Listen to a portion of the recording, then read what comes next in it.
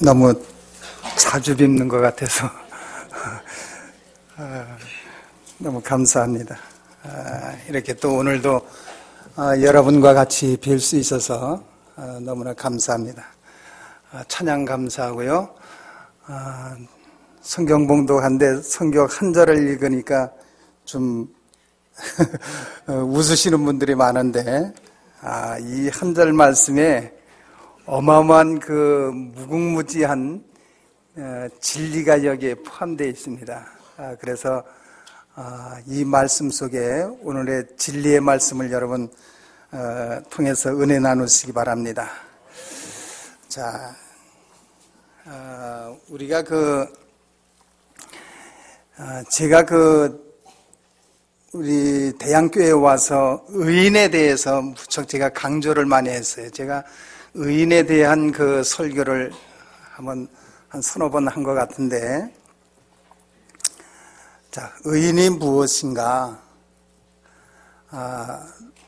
로마서 1장 그 17절 말씀에 보면은 복음에는 하나님의 의가 나타나서 믿음으로 믿음에 이르게 하나니 기록된 바 오직 의인은 믿음으로 말미암아 살리라 함과 같으니라, 이렇게 말씀하셨고, 로마서 3장 23절 24절에서는 모든 사람이 죄를 범하였음에 하나님의 영광에 이르지 못하더니 그리스도 예수 안에 있는 속량으로 말미암아 하나님의 은혜로 값없이 의롭다 하심을 얻은 자 되었느니라. 자, 하나님의 의로 말미암아 하나님의 의가 나타나서 믿음으로 믿음에 이르게 하나니.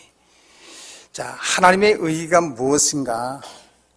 아마 제 설교를 들으신 분들은 아시겠습니다만은, 하나님의 의라는 것은 하나님 임재 앞에 정죄감 없이, 또 죄책감 없이, 죄의식 없이 담대하게 설 수 있는 능력, 이것이 하나님의 의라고 말씀했습니다.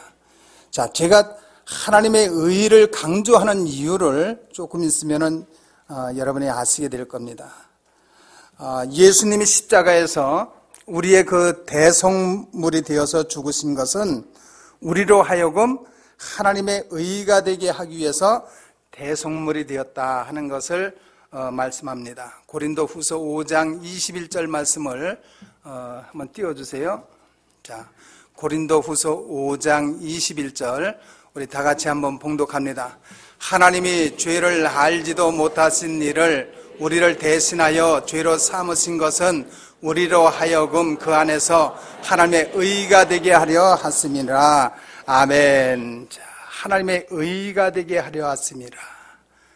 하나님의 의는 죄책감 없이, 정죄감 없이 하나님 앞에 담대하게 설 수 있는 것이라고 했습니다. 자, 이것을 예수 그리스도를 통해서 하나님의 의가 우리에게 주어졌다는 거예요. 자, 그리고 이 하나님의 의를 소유한 사람을 갖다가 의인이라고 부릅니다. 다른 사람이 의인이 아니에요. 하나님의 의를 소유한 사람, 즉 정죄감 없이, 죄책감 없이, 죄의식 없이 하나님 앞에 담대하게 설 수 있는 그런 사람이 의인입니다. 자, 창세기 3장 8절 말씀을 한번 보시겠습니다. 우리 다 같이 한번 봅니다. 그들이 그날 바람이 불 때에 동산에 거니시는 여호와 하나님의 소리를 듣고 아담과 그의 아내가 여호와 하나님의 낯을 피하여 동산 나무 사이에 숨은지라. 아멘. 자, 여기에 보니까 아담과 하와가 범죄하기 전에는 하나님 앞에 거리낌 없이, 죄책감 없이, 또 죄의식 없이 담대하게 하나님 앞에 설 수가 있었고 서로 교제가 이루어졌습니다. 그러나 죄를 범하고 나서부터 오늘 이 창세기 3장 8절에 보니까 그의 아내가, 아담과 그의 아내가 여호와 하나님 앞에 낯을 피하여 동산 나무 사이에 숨은지라. 왜 숨었습니까? 죄책감 때문에. 죄를 짓거든요. 그래서 하나님 앞에 설 수가 없는 거예요. 그래서 이 하나님의 의가 이 죄로 말미암아 완전히 파괴된 것이죠. 이것을 예수 그리스도가 이것을 회복시키기 위해서 이 땅에 오셨고 또 십자가를 말미암아 하나님의 의가 되게 하신 이유입니다. 그래서 하나님의 의를 소유한 사람은 죄책감 없이 죄의식 없이 열등감 없이 하나님 앞에 담대하게 설 수가 있습니다. 자, 그것이 히브리서 10장 19절에서 20절에 이렇게 말씀하고 있습니다. 자, 히브리서 10장 19절 20절 다 같이 봅니다. 그러므로 형제들아 우리가 예수의 피를 힘입어 성소에 들어갈 담력을 얻었나니 20절 그 길은 우리를 위하여 휘장 가운데 열어놓으신 새로운 살 길이요 휘장은 곧 그의 육체니라. 아멘. 우리에게는 성소 즉 하나님이 임재해 계신 그 성소에 들어갈 담력을 얻었다 이렇게 말씀합니다. 이 길이 바로 새로운 살 길이요 하나님의 의를 소유한 자만이 이 길을 갈 수가 있어요. 하나님의 의를 소유한 의인들은 이제 하나님의 임재 앞에 죄책감 없이 죄의식 없이 담대하게 설 수 있는 능력이 이미 주어졌고 이것은 우리를 살리는 길이라는 거예요. 이게 살 길이라는 거예요. 자, 지난 1월 27일 날 제가 이 교회에서 제가 여러분 앞에 로마서 5장 17절 말씀을 갖고 말씀을 증거한 줄 압니다. 그때에 5장 17절 말씀에서 은혜와 의의 선물을 넘치게 받은 사람들은 그리스도 안에서 왕노릇한다 하는 그런 말씀을 드렸습니다. 그 말씀 중에 의의 선물을 말씀을 드리면서 요한복음 13장 1절 이하에 나오는 예수님께서 제자들의 발을 씻기시는 장면을 말씀드린 적이 있습니다. 자, 예수님은 물을 떠다가 제자들의 발에 묻은 그 흙과 먼지를 씻어주셨습니다. 자, 성경에서 물은 언제나 말씀을 의미한다고 말씀을 드렸습니다. 자, 목회자는 말씀을 통해서 성도들의 발에 묻은 흙과 먼지를 씻어내어서 의로움을 일깨워줘야 한다는 것을 말씀드리는 겁니다. 아주 중요한 말씀이에요. 난 이 하나님 앞에 음성을 듣고 지금 전하는 겁니다. 이와 함께 말씀을 듣는 여러분은 교회에 와서 말씀을 들을 때마다 내 발에 흙이 떨어져 나가는 것이 여러분 느껴져야 합니다. 내가 세마포 즉 하나님의 의로 닦아져 의롭다함을 얻는 자가 되어야 한다는 사실입니다. 즉 말씀을 통해서 내 발이 씻겨져서 나는 하나님의 의를 선물로 받은 의인임을 깨달아져야 하고 그렇게 또한 여러분 믿어져야 합니다. 이것이 예수님이 제자들의 발을 씻기신 중요한 영적인 그러한 의미이자 예수님의 사역이죠. 또한 우리 목회자들의 사역이기도 합니다. 성도들로 하여금 죄책감을 갖게 만들어서 낙심에 빠지게 만들고 시리에 빠지게 만드는 것은 이건 물로 발을 씻기는 것이 아니라 오히려 흙을 묻히는 그러한 꼴이 된다는 사실입니다. 요한복음 13장 14절 말씀을 한번 보시기 바랍니다.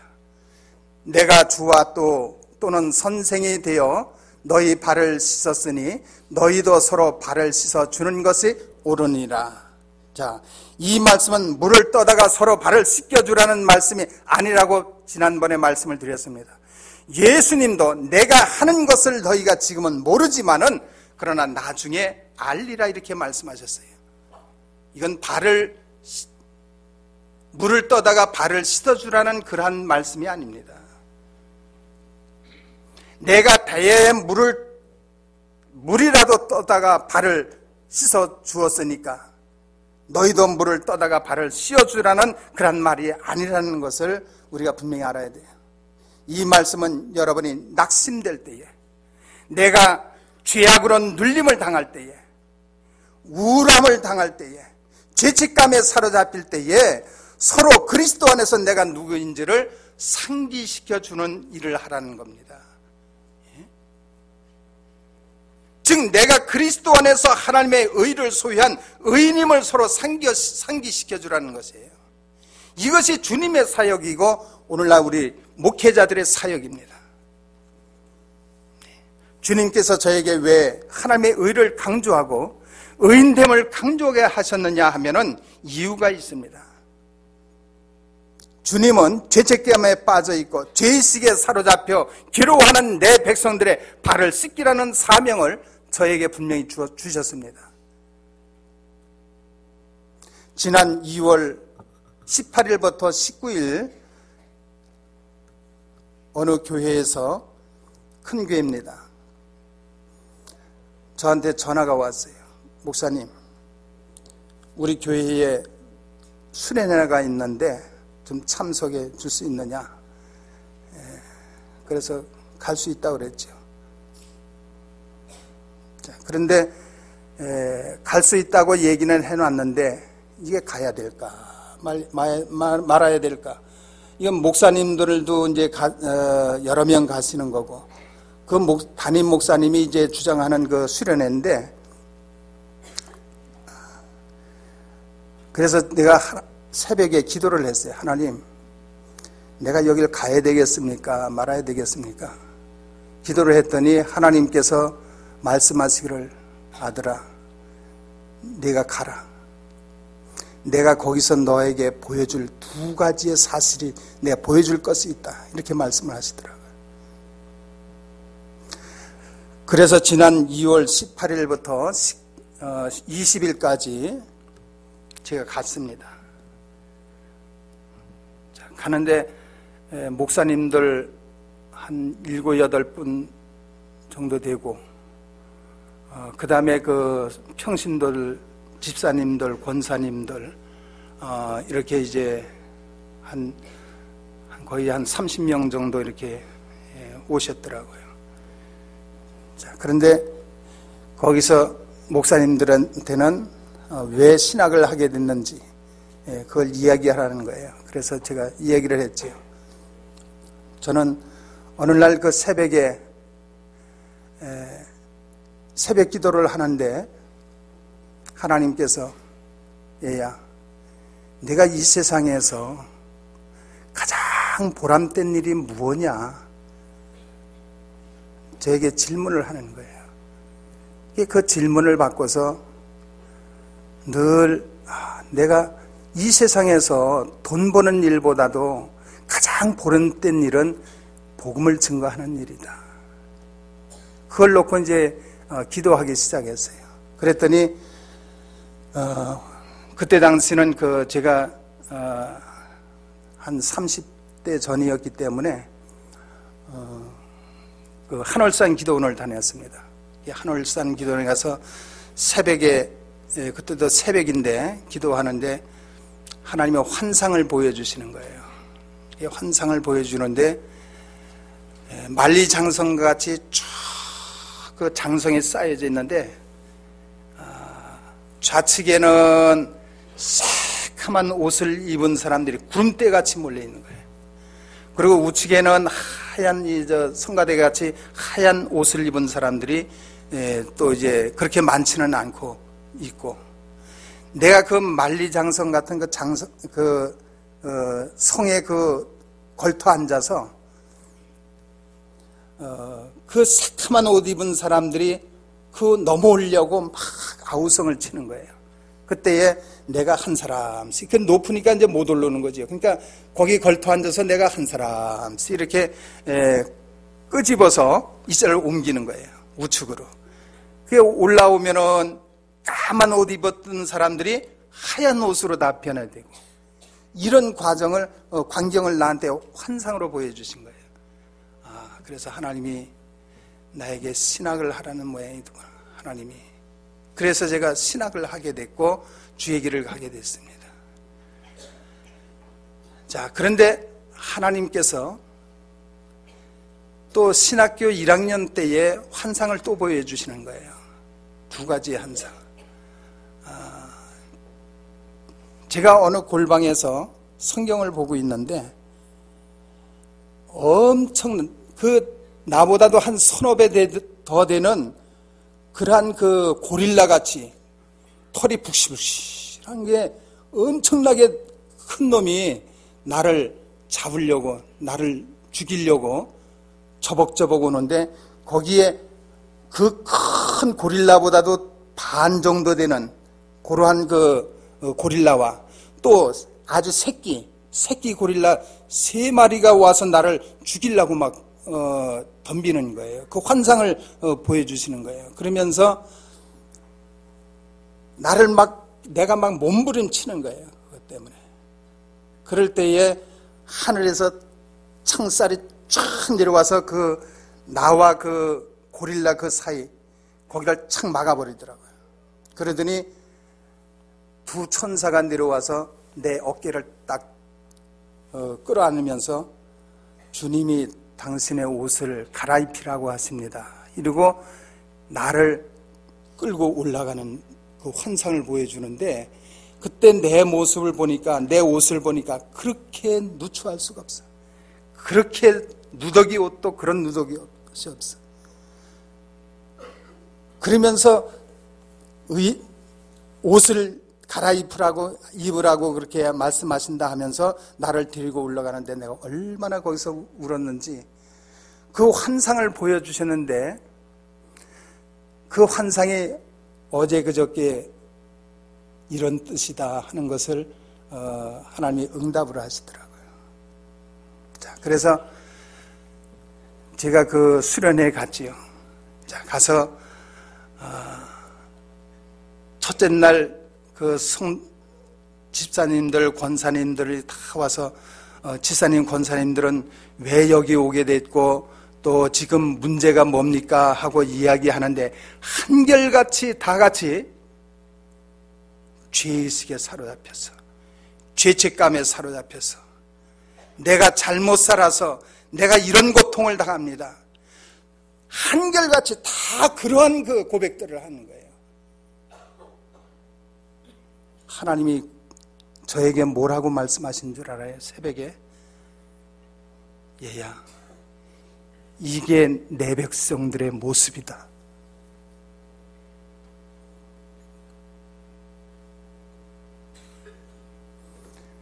목회자에 대해서는 얘기를 안 하겠습니다. 이게 내 백성들의 모습이다. 그러면서 내가 누가복음 말씀을 읽는데 예수님이 십자가에 달리실 때 엘리 엘리 라마 사막다니, 나의 하나님 어찌하여 나를 버리시나이까. 그 말씀을 딱 읽는데 갑자기 아들아, 내 외아들을 내가 왜 버렸는지 아느냐? 내 외아들을 버리는 아비의 심정을 너 알겠느냐? 나에게 질문하시는 거예요. 내가 대답을 못했죠. 내가 너를 택하기 위해서 내 아들을 버렸다. 저한테 말씀하시는 거예요. 그러면서 너는 내 백성의 발을 씻기라. 주님이 저한테 말씀하시는 거예요.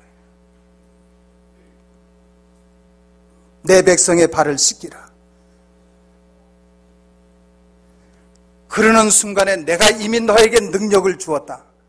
이 말씀을 하시는데 등허리에 불이 확, 뜨거운 불이 막 등허리에 떨어지는 거예요. 그 자리에서 얼마나 내가 울었는지.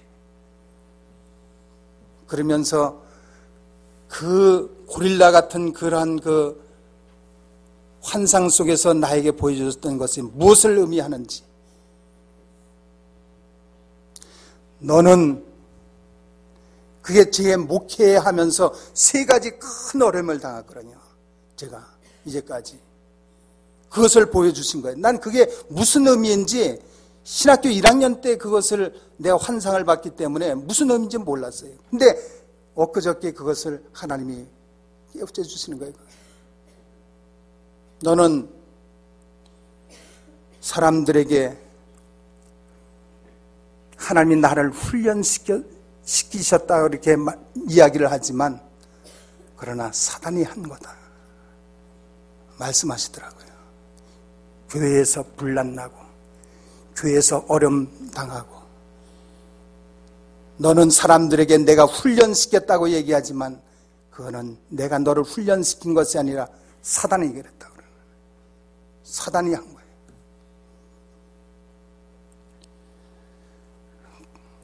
거기에 온 모든 권사님들, 집사님들 이런 분들이 한결같이 죄의식에 빠져서 내가 이렇게 죄책감에 눌려서 이런 그 이야기들을 다 하는 거고 그걸 하나님이 나에게 보여주신 거예요.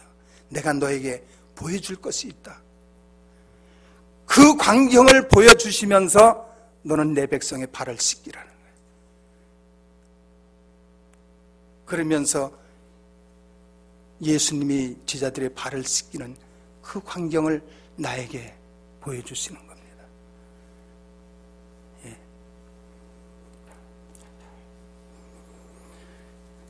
자, 그래서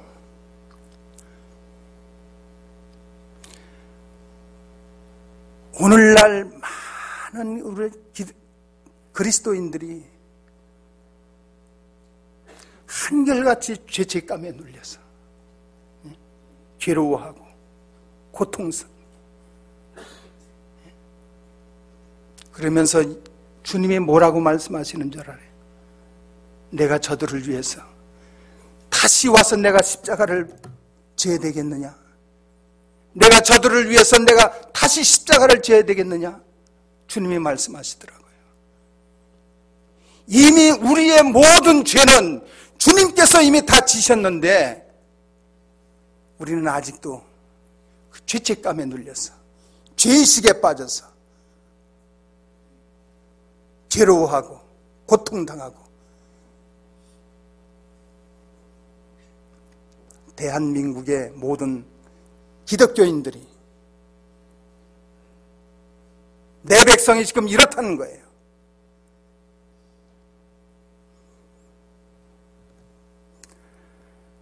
그러면서 얼마나 목회자들을 위해서 기도하게 만드시는지 백성들을 위해서 기도하게 만드시는지 내가 얼마나 눈물을 흘리면서 기도했는지 몰라요. 하나님, 이것이 나에게 준 사명입니다.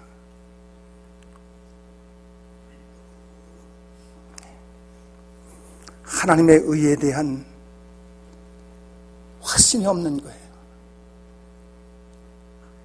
죄책감 없이, 죄의식 없이 하나님 앞에 담대하게 설 수 있는 그러한 은혜를 하나님께서 이미 우리에게 주셨는데 우리는 죄의식에 빠져서 죄책감에 눌려서 괴로워하고 고통하고 내가 안 되는 게 있으면 이것이 내가 죄를 져서 이런가?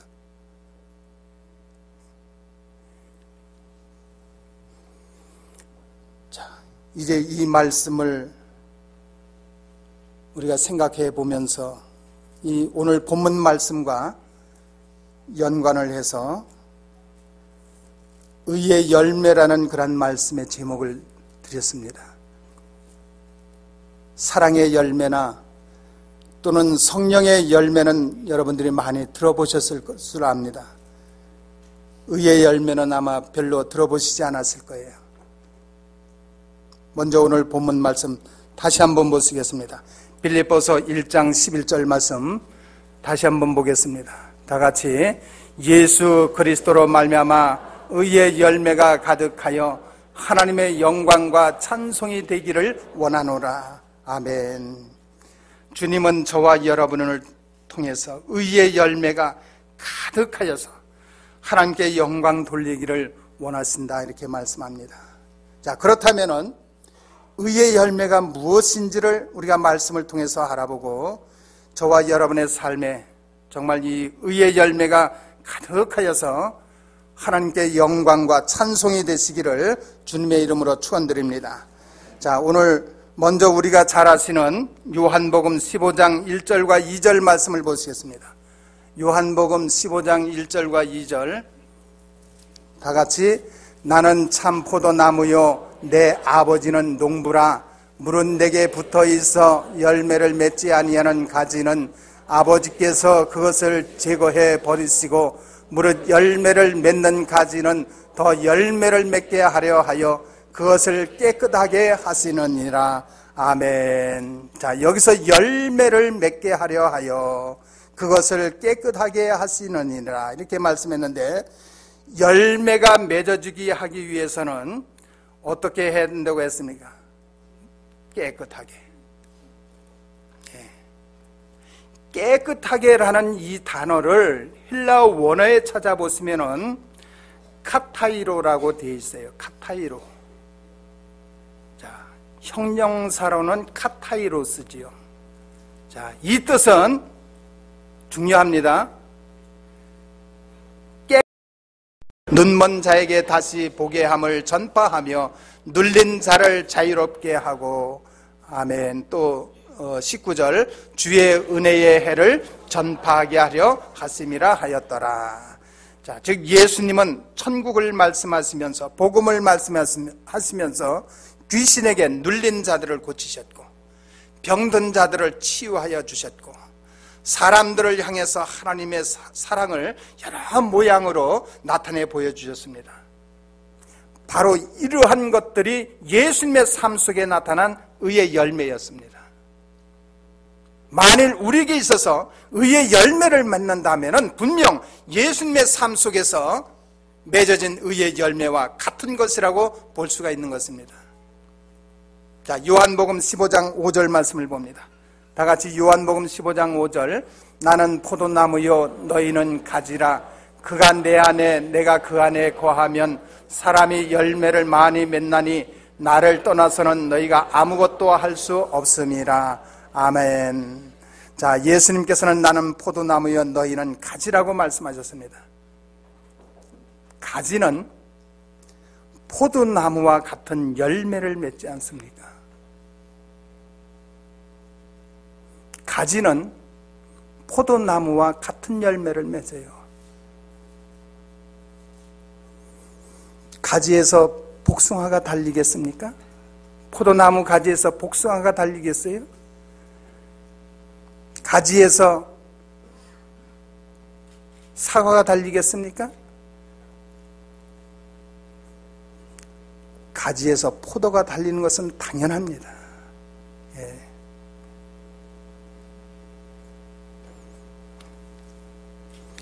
그래서 가지는 포도나무와 같은 열매를 맺게 되어 있는 겁니다. 왜냐? 가지는 포도나무와 같은 하나이기 때문에 그렇습니다. 저와 여러분은 주님과 하나예요. 주님한테 맺어진 그 열매가 우리한테도 같은 열매로 맺어질 수밖에 없는 거예요.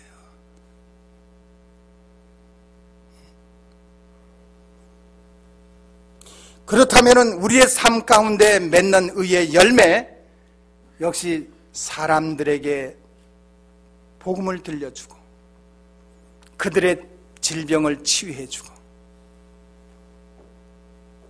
말씀을 통해서 영적인 사단 악의 영들을 물리치고 아버지의 뜻 안에서 어떠한 삶을 살아야 하는지를 사람들에게 가르쳐주고 폭풍과 같은 모든 그러한 환경을 두려움 없이 지배하는 것을 보여주는 것일 것입니다. 이것이 바로 우리를 통해서 맺어지는 의의 열매인 것들이죠. 자, 우리는 이제 사랑의 열매, 성령의 열매에 대해서 많이 들어서 알고 있지만은 의의 열매에 대해서는 아마 아는 것이 거의 없었을 것입니다. 만약에 이 의의 열매를 우리가 정말 자각하고 있다면은 이 엄청난 역사들이 저와 여러분을 통해서 나타날 것입니다. 안 믿는 사람들 앞에서 얼마나 우리가 담대할 수 있겠습니까? 질병 앞에서 얼마나 우리가 담대할 수 있겠습니까? 열악한 환경 가운데서 얼마나 우리가 담대해질 수가 있겠습니까? 사실 예수님의 공생의 삶의 전부 의의 열매였습니다. 예수님은 태어나면서부터 안진병이었던 사람 앞에서, 또는 12년간 혈류증을 앓던 그 여인 앞에서도, 문둥병자들 앞에서도, 앞을 볼 수 없는 그러한 소경들 앞에서도, 폭풍 속에서 두려워하는 제자들 앞에서나 두려워하지 아니하시고 그들을 완전히 지배하시고 다스리는 그러한 주님이셨습니다. 여러분, 우리가 성경이 우리에게 말씀하시는 바를 우리가 바로 알고만 있다면 우리는 이 정말 여러분 대향교회의 모든 성도들이 이러한 사실을 우리가 알고만 있다면, 정말 직시하고 있다면 이 지역뿐만 아니라 이 나라 민족까지 복음으로 뒤집어 놓을 수가 있습니다. 뒤흔들 수가 있는 겁니다. 그러나 문제는 이러한 의의 열매를 맺는 일에 걸림돌이 되는 것이 바로 죄의식입니다. 죄책감이 우리의 심령 깊이 깔려 있어서 의의 열매 맺는 일에 걸림돌이 되고 있다는 사실입니다. 근데 문제는 사탄과 마귀의 손아귀에 있는 자들을 구원해내고 지금까지 내가 지은 죄들에 대해서 완벽하게 깨끗하게 속량의 은총이 예수 그리스도를 통해서 이루어진 것을 내가 받아들이느냐 하는 겁니다.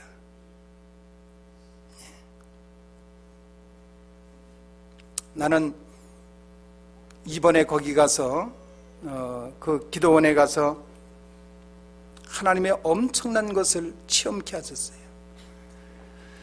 어느 목사님하고 같이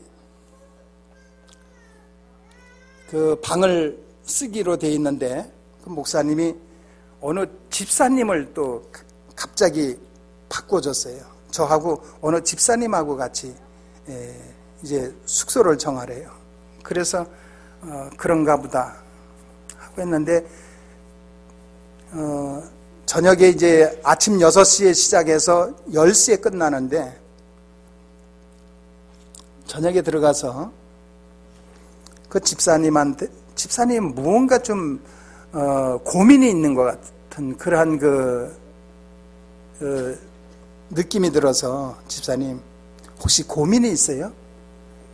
물었지요. 그랬더니 그 집사님이 하는 얘기가, 저는 20년을 신앙생활을 했대요. 그런데 다른 사람들은, 자기와 같이 20년 동안 신앙생활을 하는 사람들은 다 장로가 되고 집사가 되고 안수 집사가 됐는데 자기는 서리 집사라는 거예요. 그러면서 그것이 좀 창피해하는 그러한 그 말투로 말씀을 하시더라고요. 그래서 제가 거기서 믿음에 대해서 쭉 기초적인 것을 말씀을 드렸어요. 이 의에 대해서도 말씀을 드렸어요. 그리고 하루가 지났습니다. 이튿날 그래도 뭔가 좀 근심이 있는 것 같아요. 그래서 집사님, 뭐가 근심이 이렇게 있습니까? 한번 속 시원하게 한번 털어놓아 보시죠. 그랬더니 이 집사님이, 목사님, 사실 고백드릴 게 있습니다. 이게 뭔데요? 저는 20년 동안 신앙생활을 했는데요, 사실 예수를 믿긴 믿어요. 그런데 괴로운 것이 있어요. 성경을 보려고 하면은 의심이 온다는 거예요. 그래서 그게 너무 괴롭다는 거예요. 의심이 와서 성경만 보려고 하면은 믿어지지를 않는다는 거예요. 이게 의심이 오고.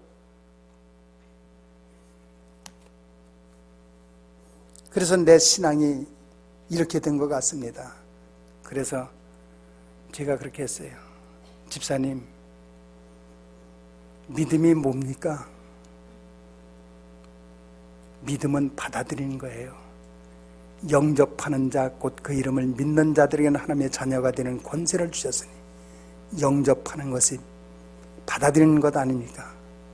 예수 그리스도를 나의 구주로 받아들이는 거예요. 주님이 무슨 말씀을 하시든지 그 말씀을 받아들이는 거예요. 나를 보내신 이를 영접하는 자는 나를 영접하는 것이요. 요한복음 13장 20절에 나오지 않습니까? 자, 그러면은 집사님은 이미 믿음이 있어요.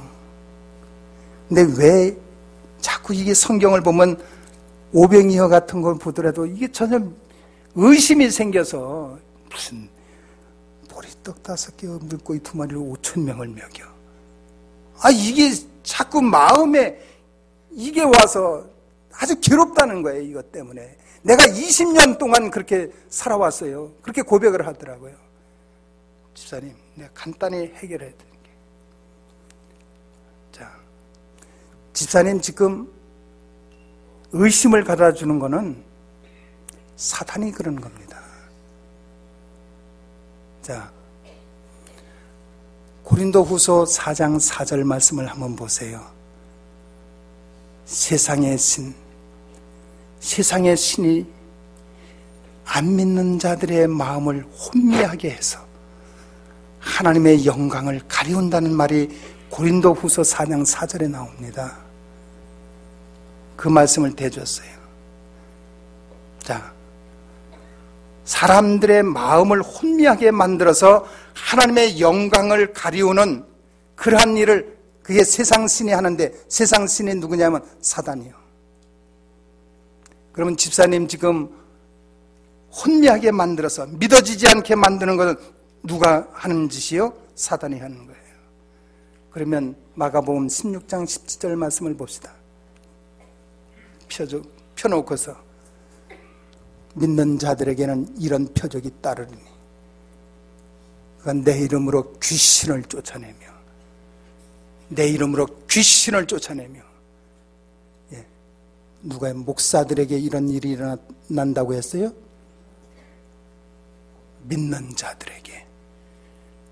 집사님 믿는다고 했지 않습니까? 집사님에게는 지금 이 능력이 와 있어요. 예수의 이름으로 마귀를 쫓아낼 수 있는, 사단을 쫓아낼 수 있는 권세가 집사님에게 와 있어요.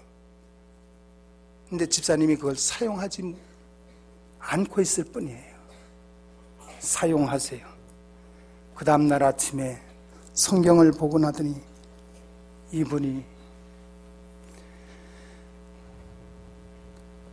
싱글벙글해서 앞에 나가서 간증을 하는 거예요.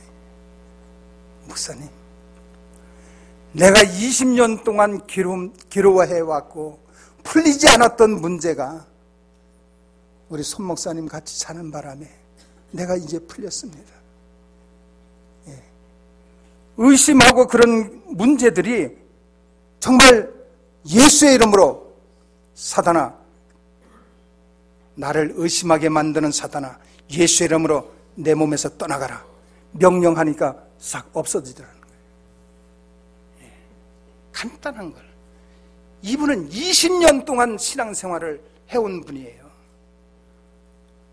남의 말같이 들리십니까? 우리가 다 그런 신앙생활을 한다는 거예요. 하나님이 그렇게 보여주셨어요. 목사님들이 그런 설교 안 해나요? 사탄을 대적하십시오, 설교하잖아요. 근데 우리는 그것을 듣고 그냥 아무 의식도 없이